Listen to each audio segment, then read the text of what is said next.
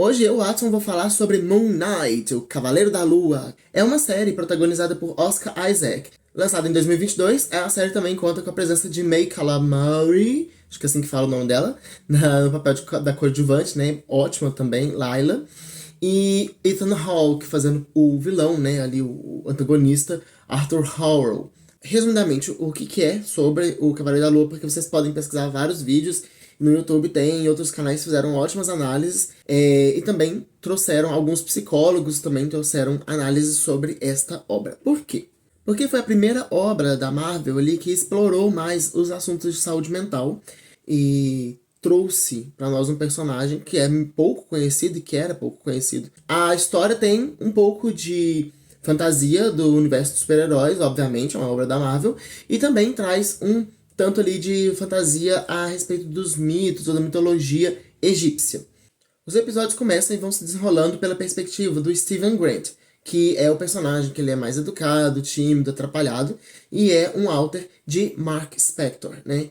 Então, na verdade, o portador, por assim dizer, do transtorno dissociativo de identidade seria Mark Spector, que é quem tem a aliança e quem tem o pacto com o deus, né, da vingança e tal, o Khonshu. Gente, pra quem não sabe, o personagem Cavaleiro da Lua, ele não é tão isolado, ele também já participou de alguns grupos nos quadrinhos, como dos Defensores, dos Vingadores Secretos e também do Marvel Knights. Como eu ia falando, Steven Grant, ele, nos quadrinhos, parece que na história original ele é um milionário e tal, que banca essas aventuras todas, mas que aqui ele não é tão milionário assim, ele tem uma vida normal, trabalha como especialista em venda nos decorativos egípcios, os artefatos, mas ele entende bastante porque ele gosta e ele estuda a história egípcia, né? Então, significa algo para ele. Então, o tempo todo tem referências da cultura egípcia antiga, do Egito Antigo ali. Bom, o Mark Spector, que acho que não classificaria ele como host, assim como core, teria aí uma distinção entre a personalidade que é dominante, que fica na vivência do dia a dia, que seria o Steven, para quem realmente que é o original, por assim dizer, a pessoa que desencadeou o transtorno, que foi o Mark Spector, que é com ele que aconteceram as coisas que aconteceram, né? E que fizeram com que a mente fragmentasse e ele se tornasse um sistema. Há ainda uma terceira identidade que é apresentada pra gente lá no último episódio, praticamente. Quer dizer, o tempo todo tem traços de que havia um terceiro, mas a gente fica na dúvida se não era o Mark Spector, mas na verdade é o Jake Lockley, que ele sim traz aquele estereótipo que a gente conhece e que é repetidamente, né, trazido nas tramas de ser mais violento. Então ele sim tem uma. É um anti-herói, tá nem aí, e mata mesmo e pronto. Então, deixando um cenário de destruição por onde passa, inclusive, o que choca muito, não só ao Steven, mas também até o Mark. Bom, no geral, eu gostei de Cavaleiro da Lua bastante. Achei que no começo teve um começo um pouco amarrado, até porque você pega a partir da perspectiva do Steven. O Steven não sabe que tem um transtorno e o Steven é um Alter. Então ele não é um Alter que não conhece o Core, é um Alter que não conhece os outros, eles não têm uma boa comunicação interna.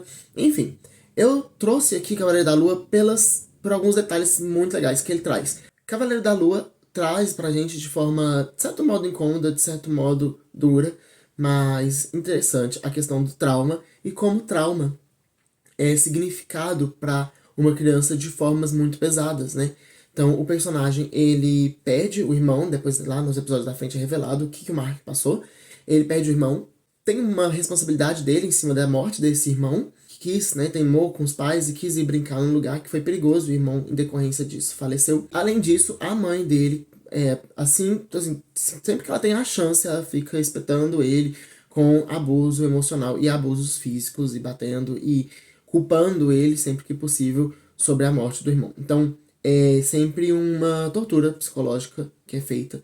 O Steven Walter que talvez a gente fosse classificar ele como um fictive, porque ele é meio que baseado num personagem, né, que o Mark tem como um personagem meio Indiana Jones, assim, que é um personagem que ele valoriza, que ele acha que é bom, que é corajoso e tal. Características essas que a gente não vê, a gente vê mais no próprio Mark do que no Steven em si.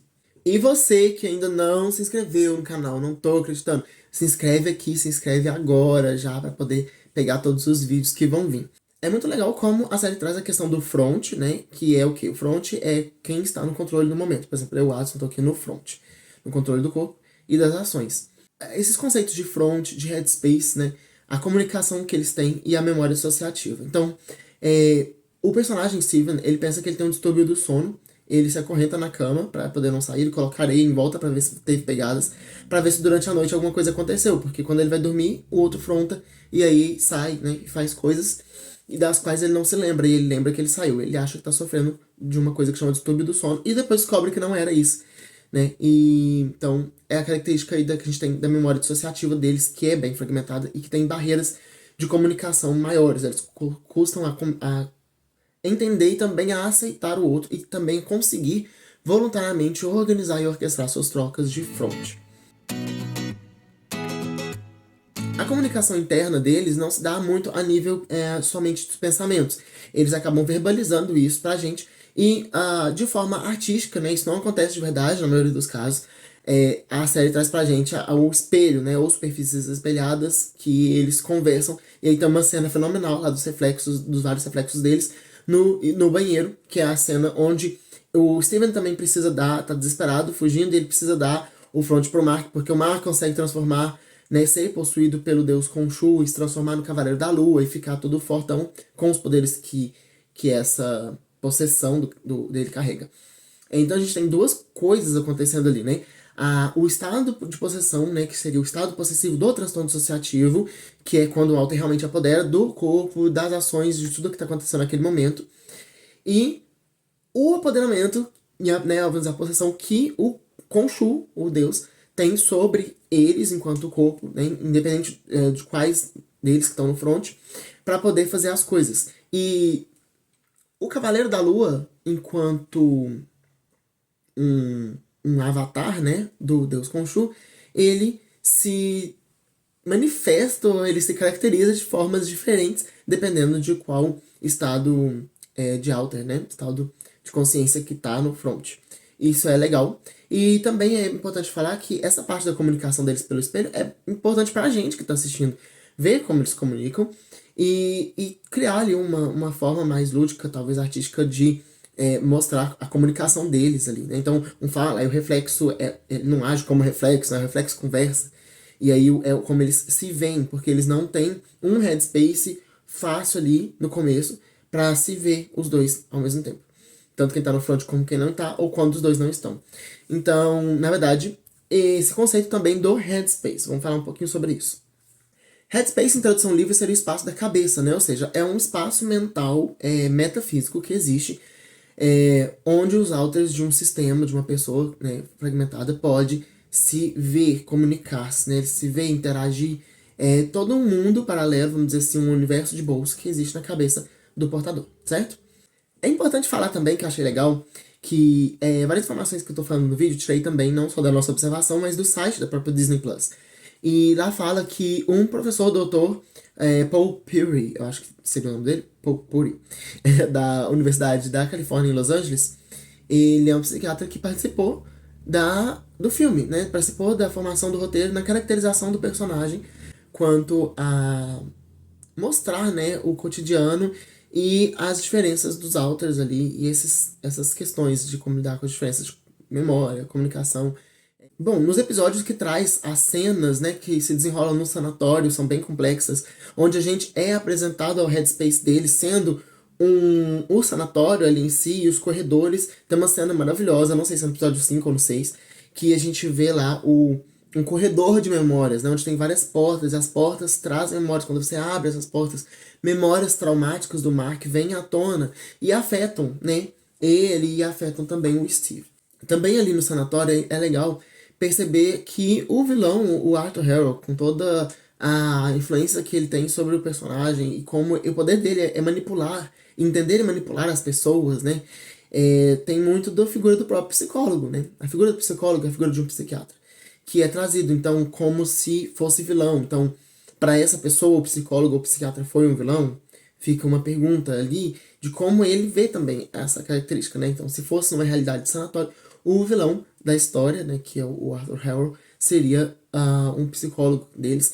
E aí a gente fica até questionando no começo desse episódio, até uma grande parte dele antes, no plot twist, se será que todo esse desenrolar da história, esse Deus e tudo isso que aconteceu não tem nada a ver, não tem vilão e não tem nada disso acontecendo, é tudo realmente na cabeça dele, é tudo uma grande ilusão, tudo uma grande, né, loucura mesmo que ele tá vivendo, que ele tá passando no momento? Dá um nervoso, assim, na gente, né? Porque, ao mesmo tempo, ele não é uma figura ruim, né? O psicólogo, né, que tá ali, de certa forma, tentando ajudar ele e desenrolar ele, fazendo ele perceber uma certa realidade. E a gente fica muito na dúvida do que realmente é real, o que não é ali. Achei muito interessante também trazer pro Steve como se o Mark fosse um herói, assim, uma coisa, né? Ele é muito capaz, ele é desenrolado e tal, e ele é o que consegue fazer. Sendo que, na verdade, o Steve era o herói do Mark, né, na infância. O ator que faz o vilão, né, o Ethan, ele diz que é muito interessante o Cavaleiro da Lua porque o protagonista não é aquele protagonista completo, cheio de si e íntegro. E o fato dele ser partido também mostra um sofrimento. Que o protagonista, ele tá lutando o tempo todo, né, contra si mesmo, ele tá lutando, eles estão em briga uns com os outros, em luta no front, em luta pelo front, em luta em resistência ao domínio do Khonshu também, principalmente da parte do Steven. Eles estão lutando contra o vilão, eles estão lutando contra o passado, contra os traumas, então não tem nada a ver com um herói clássico, né? Talvez por isso até um anti-herói. Enfim. No geral, eu consegui assistir os episódios de Cavaleiro da Lua sem grandes gatilhos. Eu acho que gostamos, então posso dizer que gostei do Cavaleiro da Lua, sim. Espero que tenha uma segunda temporada, não sei se vai ter. E é isso, em termos de retratar, acho que fez um trabalho bom, tentou retratar vários aspectos que são reais do transtorno, e soube misturar bem com aspectos que são fantasiosos ou que estavam ali, que só fazia sentido naquele tipo de universo, que é o universo da Marvel, né, gente? Então comenta aqui embaixo se você já assistiu Cavaleiro da Lua, se você gostou desse vídeo, se você gostou do Cavaleiro da Lua ou não gostou, os motivos. E também fica aqui, gente, nos comentários pode colocar indicação de filmes ou séries que vocês querem ver aqui no canal, nessa sequência aqui de vídeos nossos, beleza?